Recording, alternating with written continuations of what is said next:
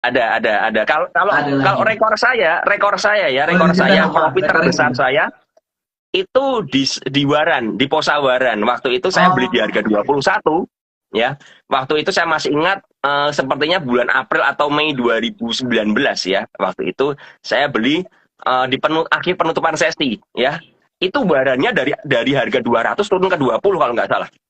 Turun, Hmm, anjlok. Bener-bener sadis banget lah menurut saya. Waduh, oke. saya waktu itu iseng, penasaran, aduh ini saham kok tiba-tiba turun ya, ada waran tiba-tiba turun. Iseng beli, cuman beli 3.000 lot di harga 21. Jadi saya cuman Oh, modal 6.300.000 waktu itu. Udah ah, iseng beli, ya udah, iseng aja. Jadi kalau misalnya turun ya sudah biarin lah, iseng-iseng aja. Pingin nyobain waran saya waktu itu. Dan iya, iya. ternyata iseng-iseng saya itu di sesi kedua tiba-tiba saya tuh di chatting teman-teman saya, di telepon segala. Kan saya ketika beli waran saya bilang sama teman-teman waktu itu, saya iseng-iseng di posa waran nih, judi-judi, saya bilang seperti itu ya. Jadi cuma buat lucu-lucuan aslinya. Dan Iya. ternyata di sesi 2 open langsung naik ke 50, ke 100, ke 150. Cepat Wah, banget naiknya. Nah, waktu itu oke. saya langsung meninggalkan pekerjaan saya lihat, udah 100 nih. Saya langsung langsung waktu itu saya masih trading pakai HP itu. Jadi saya masih Oke. trading pakai HP, belum belum belum punya laptop. Saya belum pakai laptop untuk trading. Akhirnya ya sudah, saya pantau itu. Saya pantau begitu saya merasa kan itu naik ya cepat ya, naiknya dari 10 menit, 15 menit sampai 20 menit itu naiknya dari 21 tadi yang saya beli tiba-tiba naik sampai 300. Wow. Waduh, 300 nih. Ini kan deg-degan nih, jual Aduh, enggak, keren. jual enggak, begitu Iya. kan. Jual atau enggak ya, jual atau enggak ya. Dilema Akhirnya gitu. ya saya merasa udah cukup lah pokoknya jual. Karena itu liar sekali ya. Waktu itu saya masih ingat, harga tuh masih 350. Saya kan karena takut liar ya, saya pencet sell tuh di 300 waktu itu. Jadi saya Hmm, pencet sell di 300. ya. Nah, sudah selesai, kan saya cek, oh udah kejual, lega. Nah, saya pengen ngerti, saya ini kejual di harga berapa. Ternyata waktu ternyata harganya dari 330 sampai 346 ini karena nggak liquid ya. Jadi itu nggak terlalu Ah, liquid, jadi lompat-lompat gitu ya. ya, Saya betul. lihat makanya dari 330 saya jual 300 kan. Nah, setelah saya lihat ternyata jual di 346. Jadi saya Hmm. dalam 20 menit aja trading itu dapat duit 97,5 juta. itu itu rekor Wow, saya keren. ya, itu 1000%. 1.546%. Saya masih simpen screenshotnya ya. Kalau teman-teman di grup PPC umum dan member pernah tahu saya share ya. Itu rekor tercepat saya ya dalam waran. Ya, tapi itu judi. Itu judi. Tapi kalau Iya, iya. memang aset ada waran yang memang saya hold selama setahun itu udah ada waran, saya beli dari harga 10 sampai harga 3 ya. Average saya belinya pakai piramida, bener-bener money manajemennya saya ketat. Saya memang Hmm, memang sudah menganalisa seperti itu. Average saya 3,7 waktu itu. Jadi ketika oke. udah ada waran itu saya beli dan saya hold itu 1 tahun. Ketika saya Hmm, masih ingat itu dada waran bergerak itu bulan April di tahun 2020 oke. ya. Sorry, 2021, April 2021 ya. Waktu itu saya masih ingat saya kena COVID, saya lagi isolasi mandiri di hotel ya. Gak ada waran bergerak. Nah, sebelumnya saya memang mengumpulkan karena saya ngerti ketika waran itu apa ya, bergerak dan turun ya. Dan turun dia menyentuh terendah itu 3 biasanya. Kalau waran sudah sampai 2 itu biasanya sudah mau expired ya, seperti itu ya. Saya Oke. mempelajari seperti itu. Nah, Hmm, ketika 3 ada di offer, saya dikasih tahu teman, dada waran di offer tuh. Saya waktu itu memang mengalokasikan jumlah besar dana ya. Saya mengalokasikan sekitar 100 juta waktu itu untuk invest dada waran seperti itu ya. oke. Saya langsung seadanya cash, saya HK di offernya. Udah langsung maksimum cash tak HK. Dan semenjak saya HK itu sampai dada waran terbang, tidak pernah 3 jadi over. Jadi benar-benar saya dapat harga terbaiknya. Makanya average saya 3,7. Padahal saya beli dari harga 10 ya. Tapi kan saya nyicil-nyicil. Nah, Ah, ketika itu bergerak, saya mulai nyicil jual di harga 40. Jadi saya waktu itu wow. modal modal saya 86 juta atau 8 apa 90 juta, saya agak lupa. Profit itu 863 juta kalau nggak salah. Jadi itu setahun ya, tapi dengan modal modal kecil ya, Benar jadi 10 kecil. kali lipat. Tapi memang ngeholdnya setahun ya. Kalau itu dengan perencanaan, kalau yang tadi yang posawaran itu hanya Betul. dengan judi aja ya, Judi. seperti itu. Itu rekor saya seperti itu. Iya, iya. Oh, menarik nih untuk kita pelajari lebih lanjut ya metodenya Om Ben, mungkin nanti bisa sharing lebih lanjut nih. Nah, Om, mungkin aku mau tanya, dari sekian banyak metode trading ya, mungkin ada swing, ada yang lebih perhatikan ikutin big money segala macam. Alasan Om Ben untuk mendalami dan fokus ke scalping ini apa hanya karena tadi kecepatan untuk take profitnya atau gimana Om? Apa ada alasan lain Alasannya kenapa saya pilih pengen duit scalping? kecil cepat jadi duit gede. waktu itu. Karena Oke. begini, karena saya menyadari modal saya itu bukan modal yang besar. Kalau saya trading di saham big caps ya, kayak yang lain-lain, Indi, Antam gitu, naiknya kan lama sekali. Aduh, ini saya nggak sabar nih, pengen duit kecil jadi gede kan. Tapi Hmm. akhirnya saya menemukan, oh ternyata dengan scalping tuh kita bisa mengembangkan uang dengan cepat. Tapi jangan lupa resikonya juga besar kalau kita nggak Ya. disiplin. Makanya saya belajar terus mencari ritme, mencari konsistensi saya, mendapatkan jam terbang saya ya. Dan setelah saya bisa, nah saya mulai apa ya, mulai mencoba menggulung dari uang kecil jadi besar. Ya, jadi memang sebenarnya kalau mau diomong cara tercepat jelas dengan scalping, itu jelas sekali. Tapi sekali lagi ya, scalping ini membutuhkan apa ya, membutuhkan waktu, membutuhkan tenaga, effort ya. Kita harus mantau market, nggak bisa ditinggal-tinggal, ya kan. Jadi Hmm. kenapa saya memilih scalping? Yang pertama itu menurut saya metode tercepat ya, itu jalan ninja saya untuk mencapai Jalan. apa ya, dapat duit banyak kan, bahasanya seperti itu ya. Tapi itu Ya. juga style yang cocok buat saya. Saya seorang risk taker. Saya tuh orangnya suka ambil ambil nekat ya. Saya suka nekat, saya suka tantangan seperti itu ya. Jadi ketika ada risk yang saya ambil dan saya bisa menanggung resikonya, saya akan berani mengambilnya. Itu karakter saya. Jadi kenapa saya milih ya, karena cocok sama style saya dan saya bisa mantau market. Itu yang jadi alasan kenapa saya scalping seperti itu.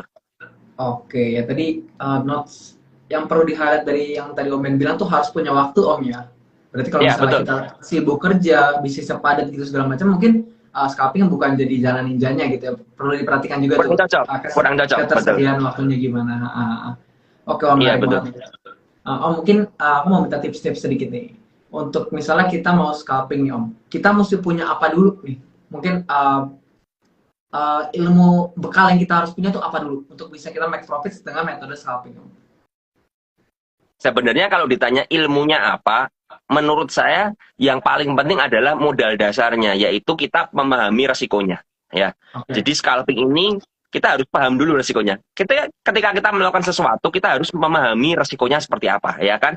Jangan misalnya kita masuk ke dalam sebuah investasi atau apapun juga atau pekerjaan, kita jangan mikirin dulu profitnya, suksesnya bagaimana, itu jangan. Tapi yang dipikirin kan resikonya. Kita bisa menanggung nggak resikonya itu? Ya kan, yang tadi saya bilang scalping itu adalah high risk dan high return. Ya kan, Hmm. resikonya besar, returnnya juga besar. Ya kan, kalau gagal bisa cepat habis uangnya, kalau berhasil bisa cepat nambah. Itu scalping. Ya, jadi itu dipahami dulu. Setelah teman-teman memahami dan merasa oke, saya siap dengan seperti itu. Nah, baru mulai teman-teman itu belajar untuk apa ya, memiliki dasar menganalisa. Scalping itu bukan cuma ngeliatin ya, ngeliatin layar, kemudian asal pencet-pencet ya. Aduh, judi sepertinya nih saya feeling saya bakal naik. Bukan seperti itu. Scalping itu bukan pakai feeling doang gitu loh, ya kan. Iya, Jadi iya. scalping itu harus apa ya, membutuhkan dasarnya adalah teman-teman mengetahui misalnya secara bandarmologinya bagaimana, ya kan, secara pola pergerakan sahamnya bagaimana, itu yang harus kita mengerti dan kita ketahui ya. Jadi intinya setelah mengetahui bahwa kita membutuhkan apa ya, modal awalnya adalah mindset yang benar, oh paham soal scalping. Oke. Yang kedua adalah kita mengetahui dasar-dasarnya, bagaimana cara kita untuk menganalisa, ya kan, bagaimana melihat pergerakan-pergerakan sahamnya, itu yang penting. Nah, setelah kita mengerti seperti itu, mulai punya dasar ilmunya, ya, kita mulai praktek. Jadi harus dipraktekkan, ya kan? Karena Oke. apa? Scalping membutuhkan jam terbang. Ya, itu sama seperti kita mengendarai mobil ya, mengendarai mobil, tapi scalping ini seperti mobil mobil balap ya, kayak Ferrari Formula 1 seperti itu. Hmm. Jadi teman-teman butuh latihan terus, latihan dari yang kecil dulu. Kalau memang mau, kan nggak mungkin pembalap Formula 1 itu belajar langsung pakai Formula 1, nggak mungkin. Pasti dia akan belajar dengan apa ya, dengan mobil kecil dulu yang cc-nya lebih kecil dulu ya. Jadi artinya apa? Artinya teman-teman membutuhkan proses. Ya, itu yang harus dipahami dulu ya. Setelah punya ilmunya, mulai belajar step demi step. Nah, masalahnya adalah teman-teman yang sekarang mau belajar scalping itu selalu pingin hasilnya. Aduh, lihat Mas Bekti, lihat saya, lihat siapapun yang sukses di dalam dunia scalping, selalu berkata, aduh, enak ya, ternyata enak ya, karena mereka hanya melihat hasil akhirnya, tapi nggak pernah melihat prosesnya kita untuk menjalaninya itu seperti apa. Ya, jadi itu menurut saya modal-modal dasar di mana teman-teman harus mengetahui dulu ya, basicnya seperti itu untuk bisa scalping. Wah, mantap, mantap. Jadi teman-teman perlu ingat ya, sebelum kita masuk, jangan berharap untung besarnya, tapi pikirkan kalau misalnya rugi, siap nggak gitu ya. Nanti Iya, baru betul. pelajari dan jangan lupa praktek, karena butuh jam terbang tadi Om Ben bilangnya. Wah, mantap, mantap. Oke. Terus Om, mungkin ada gambaran nggak nih Om, kalau misalnya mulai scalping itu ada modal idealnya nggak? Sedikitnya tuh kita perlu berapa sih supaya ideal gitu untuk bisa mungkin transaksinya cukup gitu biar nggak terlalu sedikit atau gimana Om? Modal ideal tuh nggak ada ya menurut saya ya. Kalian dalam arti kalau memang mau belajar pakai modal, menurut saya yang sekecil mungkin yang kalian siap untuk hilang. Ya, karena ini kan Oke. resikonya gede ya. Resikonya kalau loss kan Ya. lumayan kan kalau scalping itu. Jadi Ya. misalnya kalian siap untuk kehilangan uang 500.000, ya udah pakai 500.000 aja. Pakai 500.000 ya. Kalau memang pingin jangka panjang, pingin ngerasain dulu pertama ya jangan langsung beli gede-gede ya, beli aja 1 lot, 2 lot, 3 lot gitu aja. At least apa? At least teman-teman bisa untuk apa ya? Untuk merasakan, untuk belajar. Saya selalu mengajarkan tahap demi tahap. Dan saya selalu menggarisbawahi ini bahwa kalau teman-teman belum konsisten, jangan pernah melakukan top up Oke. kecuali terpaksa, kecuali memang modalnya udah habis. Jangan pernah top up. Jadi misalnya teman merasa, oh saya pakai 500.000, oh 500.000 nih. Nah teman-teman kalau memang belum bisa konsisten mengembangkan 500.000 itu, jangan pernah sekali-sekali top up jadi 2 juta misalnya seperti itu. Karena apa? Hmm. Semakin besar modal, semakin besar resiko. Ya kan? Kasarannya kalau teman-teman belum bisa konsisten dengan 500.000, kalian top up, maka yang terjadi adalah kalian akan menjadi santapan market. Ya kan? Jadi jangan pernah top up ya, jangan pernah top up. Itu saran saya. Karena apa? Membatasi resiko kita ya. Kita di sini belajar, itu yang namanya belajar adalah proses, nggak bisa instan. Jadi bener-bener kenapa banyak orang yang akhirnya nyangkut dan kapok dan lain sebagainya, karena apa? Dananya terlalu besar ya. Jangan, makanya sekali lagi ya, jangan sekali-sekali kalian mudah top up ya kan, mudah top up, apalagi sampai teman-teman itu pinjem pakai pinjaman online atau apapun Ya, juga, atau jual jangan jual sampai. aset dan lain sebagainya. Itu jangan ya, big no ya, big no, itu big no. Kalau mau belajar harus pakai uang yang dingin, yang kalau seandainya uang itu hilang itu nggak mengganggu kelangsungan hidup kalian ya. Dan itu harus kalian tanamkan dalam mindset kalian, karena menurut saya kalau saya nggak jelaskan ini di awal, takutnya teman-teman tergiur ya, tergiur tadi saya cerita lihat cuan pulsa segini segini segini ya, akhirnya teman-teman malah waduh tergiur dan agresif, dan akhirnya ya Iya. jadi santapan bandar ya, seperti itu. Oke, nah perlu di-highlight banget tuh teman-teman. Pakai modal yang siap hilang supaya ketika rugi misalnya amit-amit hilang tidak mengganggu kelangsungan hidup. Jangan sampai pakai utang segala macam tadi ya. Oke, Om Ben, sebenarnya aku masih punya banyak pertanyaan nih seputar misalnya Hmm, instrumen yang cocok itu apa, terus skill dasarnya apa. Cuma mungkin karena keterbatasan waktu, mungkin Om Ben gak usah jawab sekarang nggak apa-apa. Kita udah siapin ya Om ya, webinar collab ya Om Ben dengan Cafe Miss Talks untuk kita kulik-kulik lebih jauh lagi nih ilmunya. Om Ben bakal sharing lebih banyak lagi, lebih daging lagi tentang ilmu scalping. Nah, caranya kapan? Acaranya nanti ada di tanggal 9 teman-teman. Jadi Om Ben berkolaborasi sama Cafe Miss Talks mengadakan free webinar ya, webinar gratis trading scalping untuk pemula. Jadi pastikan teman-teman ikut tanggal 9 April jam 10 pagi. Cara daftarnya gimana? Cara daftarnya gampang banget, teman-teman nanti tinggal DM cafemeetstock.id bilang, Min, saya mau belajar scalping. Nah, nanti teman-teman langsung terdaftar tuh sebagai peserta. Jadi teman-teman jangan sampai melewatkan kesempatan ini ya untuk belajar bareng Om Ben lebih lanjut lagi. Nanti ilmunya pasti daging banget dan ini gratis teman-teman ya. 9 April cara daftarnya ke cafemeetstock.id, DM ke Mimin. Min, saya mau belajar scalping gitu ya. Oke, oh mungkin aku pertanyaan cukup nih. Mungkin kita coba mungkin ajak teman-teman untuk tanya juga nih. Mungkin 2-3 pertanyaan. Kita mau boleh boleh. ajak teman-teman ngobrol juga nih. Oke, ini teman-teman kalau ada yang mau nanya monggo ya, kita buka untuk 2-3 pertanyaan gitu ya. Coba nih ada beberapa yang nanya nih. Uh, Nah, ini Om Ben ada pertanyaan yang cukup menarik nih tentang manajemen resiko nih. Om Ben, kalau scalping terus turun, kira-kira cut loss di titik keberapa ya? Ada pertanyaan dari me_pipstock. Kalau Iya. scalping turun, kira-kira CL di titik berapa? Kalau saya tidak pernah memakai berapa tik ya. Dalam arti begini ya teman-teman. Oke. Nanti akan saya ajarkan sedikit ya di dalam dalam tanggal 9 ya. Di tanggal 9 akan saya berbagi sedikit bahwa yang namanya trading ya, maupun apapun juga, mau stylenya scalping, swing atau apapun juga, teman-teman harus mengetahui di mana batasannya. Artinya apa? Kalau kita ngomong scalping sama swing aja deh. Kita harus mengerti di mana batas support sebuah saham tersebut. Ya, Oke. bisa aja support itu adalah area dari area demand ya, area permintaan pasar ya, seperti itu ya, yang terbentuk dengan chart ya, dengan technical analisa ya. Bisa juga kita melihat kisaran dari average dari penggerak harganya, ya kan seperti itu. Kita lihat dari situ. Nah, disitulah yang menentukan bahwa oh itu titik di mana kita cut loss. Makanya saya selalu bilang kalau kita mau masuk di sebuah harga, kita harus mengetahui petanya bagaimana, ya kan?